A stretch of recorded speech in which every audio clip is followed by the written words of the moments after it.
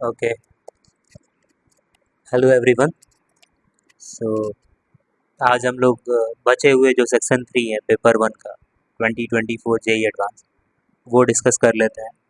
तो सेक्शन 3 में match the following हमारे पास सारे क्वेश्चंस हैं, तो बारी बारी से डिस्कस करते हैं। ठीक है, तो पहला पार्ट इसमें लेते हैं।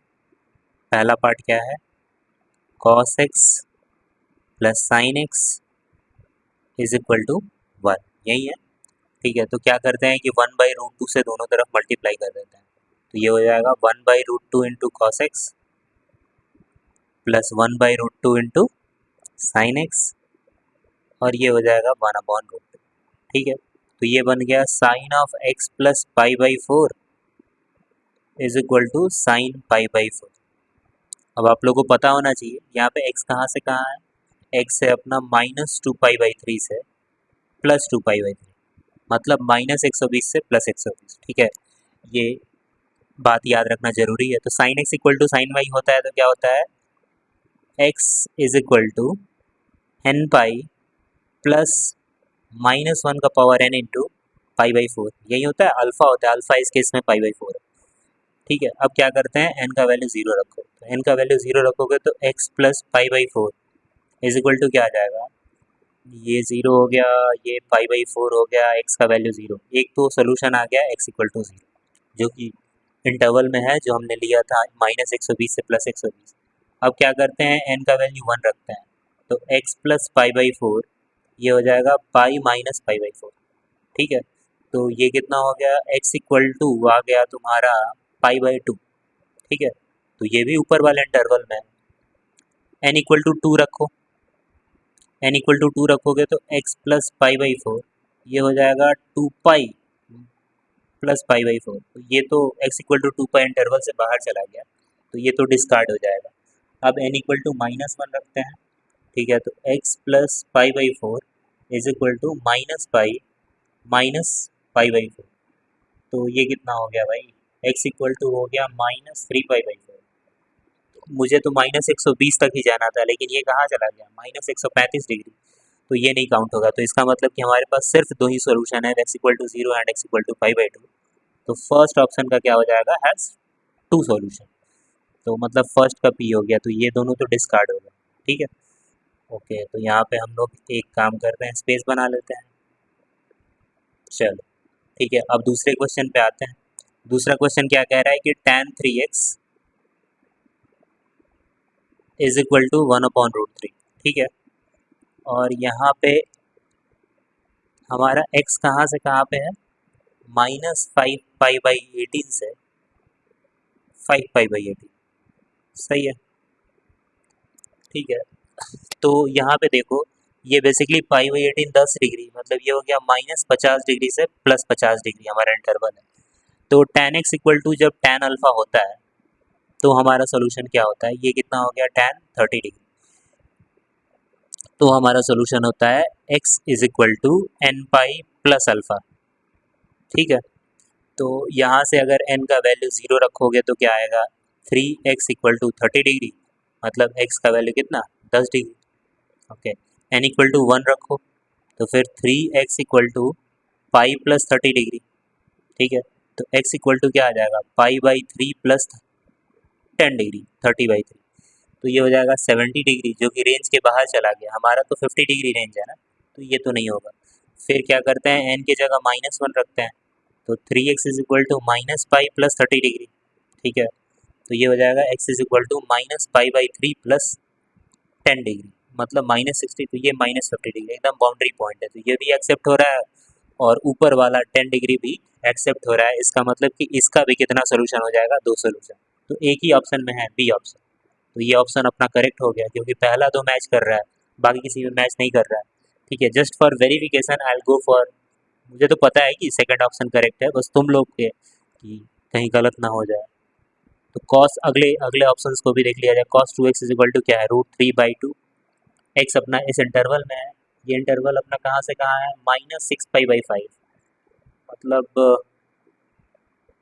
-6 पाई/5 से 6 पाई/5। ओके, तो 2x कहाँ से कहाँ हो जाएगा? अच्छा रहने दो उसको। तो cos 2x ये क्या हो जाएगा, cos 2x is equal to cos 30 degree, सही है।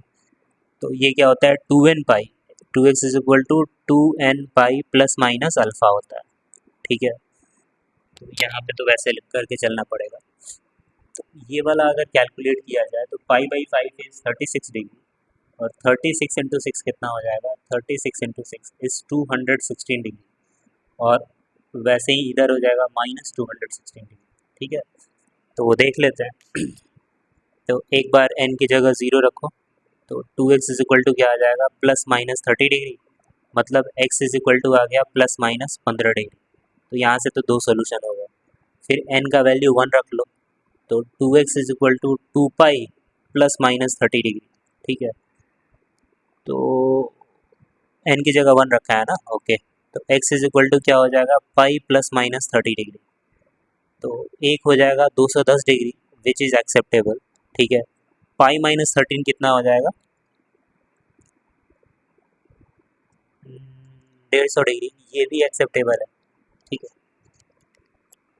ओके, तो ये चार सोल्यूशन मिल गए। तो देखो ध्यान से, एक तो 15 मिला, 210 और 150, ऐसे ही माइनस 15 इधर मिल जाएगा, माइनस 210 मिल जाएगा, माइनस 150 मिल जाएगा, ठीक है। n का वैल्यू -1 रख के देखोगे तो ये कितने सोल्यूशन हो जाएंगे तुम्हारे, 6 सोल्यूशन हो जाएगा। ग्राफ सिमेट्रिकल है अबाउट वाई एक्सिस, इसलिए रूट्स भी वैसे ही मिलेंगे। तो हमारे पास इसका कितना सोल्यूशन हो जाएगा, 6 सोल्यूशन, 3 का t, देखो 3 का, ठीक है। तो बी ऑप्शन अपना आप तो कंफर्म हो गया, ठीक। चल अब आते हैं प्रोबेबिलिटी वाले क्वेश्चन पे, ठीक है। प्रोबेबिलिटी में क्या है, इसमें कह रहा है कि दो प्लेयर है हमारे पास, प्लेयर P1 और प्लेयर P2, और दोनों क्या कर रहे हैं, डाइस फेंक रहे हैं। तो डाइस जैसे फेंका, तो लेट्स से इस पे x नंबर आ रहा है, इस पे y नंबर आ रहा है। तो अगर if x is greater than y, तो फिर कौन जीत रहा है, P1। अगर x लेस देन y है, तो फिर कौन जीतेगा, P2, ठीक है। ये दूसरा केस हो गया। तीसरा केस क्या हो सकता है, इसको मान लिया a, इसको मान लिया b, इसको मान लिया c, x is equal to y, ठीक है। तो ये मैच ड्रॉ हो जाएगा। अच्छा, P1 अगर जीतेगा तो इसके 5 पॉइंट हो जाएंगे, P2 जीतेगा तो इसके भी 5 पॉइंट हो जाएंगे, और ड्रॉ होने के केस में 2-2 पॉइंट दोनों प्लेयर को, ठीक है। तो ऐसा कुछ है सीन।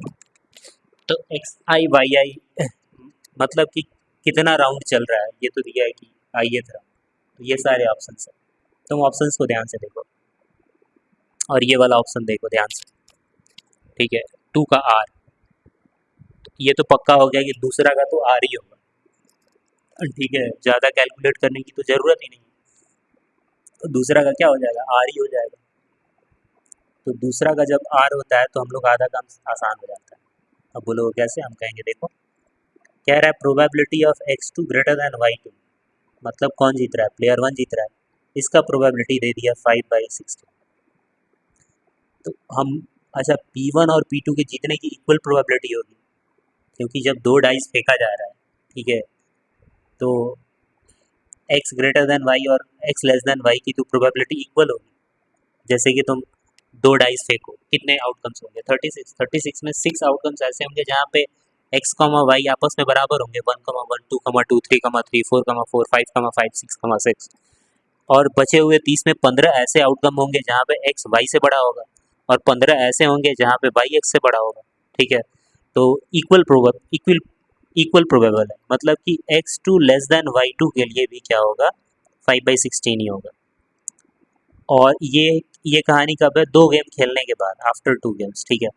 तो x2 इक्वल टू y2 को मान लेते हैं हम q। अब देखो 2 गेम के बाद sum of the total probability कितना होना चाहिए, 1। इसका मतलब कि 5/16 plus 5/16 plus q is equal to क्या होना चाहिए, 1। तो यहाँ से q इज इक्वल टू क्या आ जाएगा, 1 माइनस 10/16, मतलब 6/16, ठीक है। ये q हो गया। अब सेकंड वाले में क्या बोल रहा है कि x2 greater than equal to y2 पूछ रहा है, ये बोल रहा है।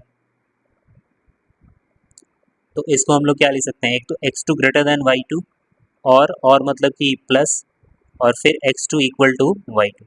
ग्रेटर दैन y2 वाला तो पता है 5/16, एंड इक्वल टू वाला कितना है, 6/16, मतलब ये हो जाएगा 11/16, ठीक है। तो फर्स्ट ऑप्शन का क्या हो जाएगा 11/16, ठीक है। तो 1 का हो गया क्यूब जो कि 2 ऑप्शन में है, तो इसीलिए ये दोनों खत्म हो गया, ए और बी हमारे पास बचे हुए हैं, ठीक है। अब आ जाओ,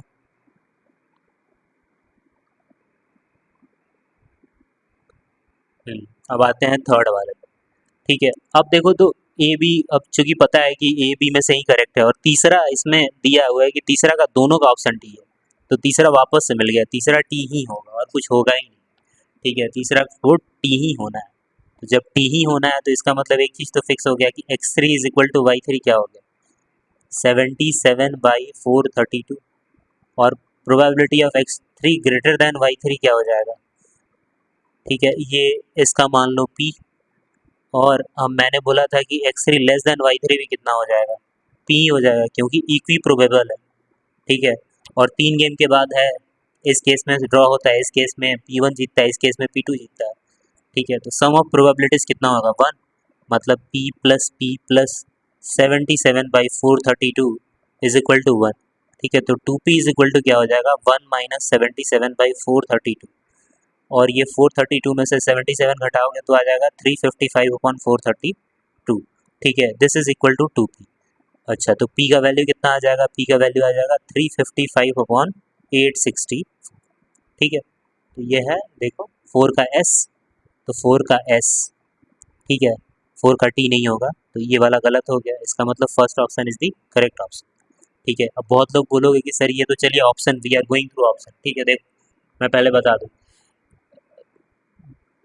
IIT एडवांस में you need to play smartly, ठीक है। If you are not smart enough then you will end up wasting your time. अब इसमें दिया है कि 2 का सारा ऑप्शन आ रहा है, then you need not to go through the process because it will take time. ये तो दिया है जानबूझ के कि इस तरह से ऑप्शन बनाया गया ताकि आपका टाइम सेव किया जा सके, और आपको है कि भाई नहीं प्रोसेस से जाना है, then it will take time. Just for the learning purpose मैं प्रोसेस बता देता हूँ। लेट्स से कि गेम शुरू हुआ, तो ए का केस मैंने बताया था ऊपर कि लेट्स से इसमें प्लेयर 1 जीत सकता है, तो मैच हुआ, तो प्लेयर 1 जीत गया, मतलब 5,0 पॉइंट हो गया, प्लेयर 1 को 5 पॉइंट, प्लेयर 2 हार गया तो उसको 0 पॉइंट। अच्छा, दूसरा केस बताया था कि मैच ड्रॉ हो गया, ठीक है, तो इसमें दोनों को 2-2 पॉइंट हो गया। और तीसरा केस प्लेयर 2 जीत गया, मतलब प्लेयर 1 0 और इसका 5, ठीक है। अब फिर यहाँ पे, अब ये एक गेम के बाद है सिचुएशन। अब फिर क्या हुआ, फिर यहाँ पे ए बी सी, ठीक है, ट्री डायग्राम बन गया ए बी सी, और फिर यहाँ पे क्या बन गया ए बी सी, ठीक है। अब इसमें क्या हुआ कि ए के बाद वापस ए हुआ, मतलब प्लेयर 1 वापस से जीता, मतलब 5 पॉइंट्स और ऐड हो गए, तो 10,0 हो गया। बी का मतलब है मैच ड्रॉ हो गया, तो पहले भी कितना था यहाँ पे 5,0 था, अब 2-2 पॉइंट दोनों में ऐड हो जाएगा तो 7,2 हो जाएगा। और इस केस में प्लेयर 2 जीत गया, मतलब कि 5,5 हो गया, ठीक है। वापस से इसमें आ जाओ, तो इसमें ये हो जाएगा 5+2 मतलब 7, लेट मी, हाँ 7,2 हो जाएगा। इसमें वापस से ड्रॉ हो गया, मतलब 4,4 हो गया, इसमें सी सेकंड जीत गया, मतलब 2,7 हो जाएगा, ठीक है। तो ऐसे करते रहेंगे, इसमें ए जीत गया तो 5,5, इसमें क्या हो जाएगा 2,7, इसमें क्या हो जाएगा 0,10, ठीक है। अब ये सारे केसेस हुए। अच्छा, तो कहोगे कि probability of A, probability of B, probability of C क्या होगा। देखो प्रोबेबिलिटी ऑफ, मैंने बताया था ना, ए का मतलब प्लेयर ए जीत रहा है, तो 36 केसेस बताए थे जब 2 डाइस को फेंके जाते हैं, 36 केस होते हैं, उसमें से 6 केस ऐसे होते हैं जिसमें बराबर आता है, तो ड्रॉ होने का 6/36 हो गया 1/6, ठीक है। और 15 केस ऐसे हैं जिसमें एक्स वाई से बड़ा आएगा, मतलब 15/36, और 15 केस ऐसे मिल जाएंगे जहाँ पे वाई एक्स से बड़ा आएगा, मतलब वो 15/36। तो इंडिविजुअल ए बी सी की प्रोबेबिलिटी हमको निकल गई। तो अब मुझे अगर पूछ रहा है कि x2 ग्रेटर देन y2, तो x2 ग्रेटर देन y2 देख लेंगे कहाँ कहाँ पे है। तो अगर x2 ग्रेटर देन y2 वाला जोन निकलना है, यहाँ पे x2 y2 से बड़ा है, देखो जहाँ पे x y से बड़ा होगा, सिंपल चीज़ ये हो गया, ये हो गया, ठीक है। और कहाँ पे हो गया, और तो कोई दिख नहीं रहा है, ठीक है। तो ये 3 केसेस क्या इंडिविजुअल टोटल प्रोबेबिलिटी से निकाल लेंगे, तो फिर हमें निकल के आ जाएगा। ठीक है, इस तरह से इस क्वेश्चन को कर सकते हैं ट्री डायग्राम के बेसिस पे। ठीक है, बाकी तो मैंने बता दिया ऑलरेडी। ठीक है, इसमें देखो कह रहा है कि पी क्यू आर जो है वो 10th 100 and 1000 term of harmonic progression है। मतलब 1/p can be written as कौन सा है 10। अब देखो इसका रेसिप्रोकल क्या होगा, एपी में होगा, तो 10th टर्म है इसीलिए a प्लस 90। अच्छा 1/q कितना हो जाएगा a प्लस 99, और 1000 term of r 1000 term of ap है, मतलब 1/r is equal to a plus 999d। तो जल्दी से क्या करो, ऐसे केस में सबसे पहले क्या निकालते हैं, डेल्टा। तो 1 1 1 10 100 1000 और ये हो जाएगा। अच्छा इसमें क्या करो, इस इक्वेशन में पी क्यू आर से डिवाइड कर दो। तो जैसे ही पी क्यू आर से डिवाइड करोगे ये आ जाएगा x/p plus y/q plus z/r is equal to 0। ठीक है, अब कर लो 1/p 1/q 1/r। अच्छा इसमें क्या करो, C2 changes to C2 minus C1, C3 changes to C3 minus C1। ऐसा करने से क्या होगा, 110 C1 तो चेंज नहीं हो रहा है, तो C2 चेंज हो रहा है, तो ये 0 हो जाएगा। ये 90 1/q माइनस 1/p, यहाँ से कर लो 1/q माइनस 1/p मतलब 90d आ जाएगा। उसी तरह क्या करो, C3 changes to C3 minus C1 मतलब 1 माइनस 1 0, ये हो जाएगा d। और 1/r में से 1/q को घटाओ, ये रहा। 1/r में से 1/p को घटाओगे तो ये भी इतना आ जाएगा। तो अब देखोगे ये, ओके लेट मी यहाँ पे d नहीं रहेगा। हाँ ये वाला रो और ये वाला आपस में प्रोपोर्शनल है, इसका मतलब कि डिटर्मिनेंट क्या आ जाएगा, 0। तो delta is 0 irrespective of the values of P q are. समझ गए, तो डेल्टा तो हमेशा ही 0 होने वाला है, इसमें तो कुछ अलग करना ही नहीं है। ठीक है, अब डेल्टा तो 0 आ गया। अब delta x delta y delta z में से कोई एक वैल्यू निकाल लिया जाए।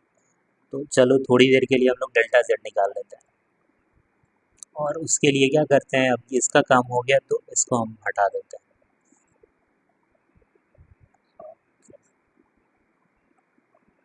चलो डेल्टा अपना 0 हो गया, ये काम का चीज़ है, बाकी तो काम का चीज़ नहीं है। Let me change the pen.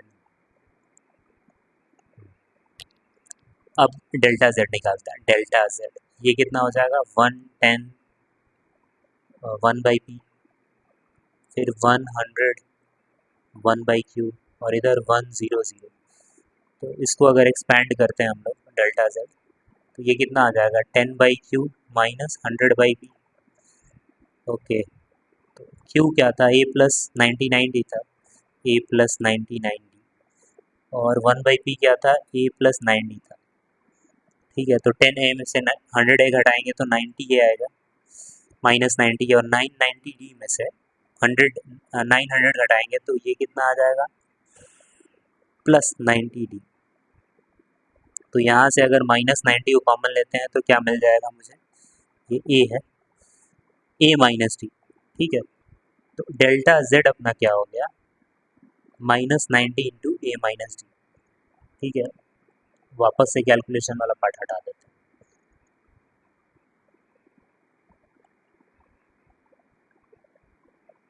Okay, ये डेल्टा जेड हो गया। इसी तरह से तुम डेल्टा वाई और डेल्टा एक्स भी निकालोगे ना, तो उसमें समथिंग इंटू ए माइनस डी आ जाए, तुम लोग करके देख लेना। अब आते हैं क्वेश्चन पे। ओके, पहला तो कह रहा है कि q by r is equal to 10। Q by r तो 10, q by r is given 10। अब क्यू बाई आर 10 है, इसका मतलब कि 1/r इज इक्वल टू क्या हो जाएगा, 10/q। 1/r क्या है, a प्लस 999d, और 10/q क्या है, a प्लस 999d। ठीक है, तो ये आ जाएगा -9a, और ये आ जाएगा तुम्हारा -9d, मतलब a is equal to d. अब तुम ध्यान से देखो, अगर a और d आपस में बराबर आ गए, ठीक है, तो क्या होगा, तो डेल्टा जेड 0 हो जाएगा, और डेल्टा तो 0 है ही। और मैंने बताया था कि डेल्टा एक्स और डेल्टा वाई कैलकुलेट करोगे तो उसमें भी a माइनस डी आएगा, मतलब वो भी बराबर हो जाएंगे तो वो भी 0 हो जाएंगे। ठीक है, तो इस केस में तो इनफाइनाइट सोल्यूशन आ जाएगा। ठीक है, इनफाइनाइट सोल्यूशन आ जाएगा। तो पहला का तो सीधे दिख रहा है कि आर होना चाहिए, लेकिन तुम देखोगे ऑप्शन में आर नहीं, ठीक है। कैसे हम लोग देखेंगे, ध्यान से देखना। पहला का बोला जा रहा है कि एक तो आर हो सकता है, एटलीस्ट वन सोल्यूशन, तो इनफाइनाइट सोल्यूशन में एटलीस्ट वन सोल्यूशन तो आता ही है, तो टी भी हो सकता है, ठीक है। और क्यू अगर रखोगे तो क्यू भी सेटिस्फाई करेगा, ठीक है। क्यू भी रखोगे तो सेटिस्फाई करेगा, रख के देख लो। और मुझे तो लग रहा है पी भी करेगा। 10 - 1 9/9 1 आ रहा है, ओके। ये 0 हो गया, 1000/9 -1000, हाँ, पी भी सेटिस्फाई कर रहा है। तो पहला तो कोई करने का खास लाभ नहीं हुआ, ठीक है। चलो कोई बात नहीं। अब आते हैं हम लोग दूसरे चीज़ पे, ये वाला करो। P by r is not equal to 100 बोल रहा है। P by r is not equal to 100, मतलब 1/r is not equal to 100/, okay. 1/r a plus 999d, ठीक है, is not equal to 100 into a plus 90। तो ये कितना हो गया, ये हो गया -99d, ए हो गया ना, ए -100 है, ठीक है, इज़ नॉट इक्वल टू 900, ये भी आ गया लो। तो इसमें कह रहा है a is not equal to d. A is not equal to d से क्या होगा, delta z is non zero हो जाएगा, बट डेल्टा क्या है, ज़ीरो। इसका मतलब कि क्या हो गया, नो सोल्यूशन, ठीक है। अगर कंडीशन पढ़ा होगा तो any at least one of delta x, delta y, delta z अगर ज़ीरो ना हो और डेल्टा ज़ीरो हो तो क्या आता है, नो सोल्यूशन, मतलब दूसरा का एस हो जाएगा। दूसरा का हो गया एस। अब देखो यहाँ पे ये कैंसिल हो गया, दूसरा का आर है, और ये भी कैंसिल हो गया, ठीक है। तीसरा, चलो तीसरे पे आते हैं हम लोग कि भाई पी बाई क्यू क्या कह रहा है, p by q is not equal to 10। P by q is not equal to 10, मतलब 1/q is not equal to 10/p। तो ये वापस से is not equal to d आएगा। देख लो तुम लोग, a plus 99d not equal to 10 into a plus 9d, ठीक है। तो ये हो गया -9a is not equal to -9d, मतलब a is not equal to d, मतलब डेल्टा जेड वापस से क्या होगा, non zero, but delta is zero. That implies again इस केस में भी क्या मिलेगा मुझे, नो सोल्यूशन मिलेगा। तो थर्ड वाले का भी क्या आ गया, नो सोल्यूशन आ गया, मतलब थर्ड वाले के लिए भी ऐसा होगा, सेकंड वाले के लिए भी ऐसा है, थर्ड वाले के लिए भी ऐसा है, तो एक ही ऑप्शन है, इसीलिए B option is the correct one. You need not to verify for remaining one, otherwise you can verify the fourth option by your own self, ठीक। अपने से कर लो, कोई दिक्कत नहीं है। चलो आ जाओ, लास्ट क्वेश्चन पे आ जाओ, ठीक है। मैंने डायग्राम ऑलरेडी बना के रखा है, तो मैं क्विकली तुम लोग को बता देता हूँ कि क्या करना है इसमें। देखो, एक हमारे पास तो एक ये एलिप्स है, ये क्या है, x²/4 + y²/3 = 1। दूसरा क्या है कि ऑक्सिलरी सर्किल है इस एलिप्स का, तो ऑब्वियसली इसके एंड पॉइंट से जाएगा, तो रेडियस इसका क्या हो जाएगा, 2, मतलब x² + y² = 4। अब कह रहा है कि एक पॉइंट h है x एक्सिस पे α, 0, वहाँ से एक परपेंडिकुलर लाइन गया, वो क्या किया कि एलिप्स को ई पॉइंट पे कट किया और ऑक्सिलरी सर्कल को एफ पॉइंट पे कट किया। अब इस ई पॉइंट से टेंजेंट एलिप्स पे ड्रॉ किया गया, वो एक्स एक्सिस को जी पे इंटरसेक्ट किया। तो हमसे बोला जा रहा है कि एरिया निकालिए एफ जी एच का, ये जो ट्राइंगल देख रहा हो ना एफ जी एच, इसका हमको क्या निकालना है, एरिया निकालना है, ठीक है, for different values of phi. तो ये फाई क्या है, अगर इस एसेंट्रिक एंगल कह लो, ये वाला जो एंगल है दिस इज फाई, ठीक है। तो कहने का मतलब सब में हम लोग को एरिया निकालना है एफ जी एच का, ठीक है। तो कुल मिला जुला के अगर एफ जी एच का एरिया हम लोग फाई के टर्म्स में निकाल ले तो काम हो जाएगा, ठीक है। तो जल्द चलो निकालते हैं।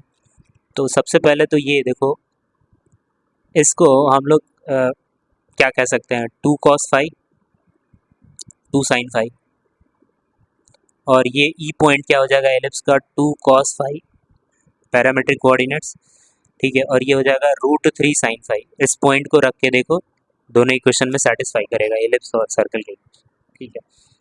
मुझे अच्छा एच वाला, ये एच पॉइंट पता चल गया, क्योंकि परपेंडिकुलरली नीचे आ रहे हैं तो एक्स कोऑर्डिनेट चेंज नहीं होगा, तो अल्फा जो होगा वो 2 cos⁡, 0 होगा, ठीक है। अब जी का बस निकालना है, तो क्या करो, इसका एलिप्स का टेंजेंट का इक्वेशन क्या होता है, t = 0, मतलब x x1/4 + y y1/3 = 1, x1 क्या है तुम्हारा 2 cos 5 upon into x upon 4 plus y1 क्या है √3 sin 5 बाई 3 into y is equal to 1।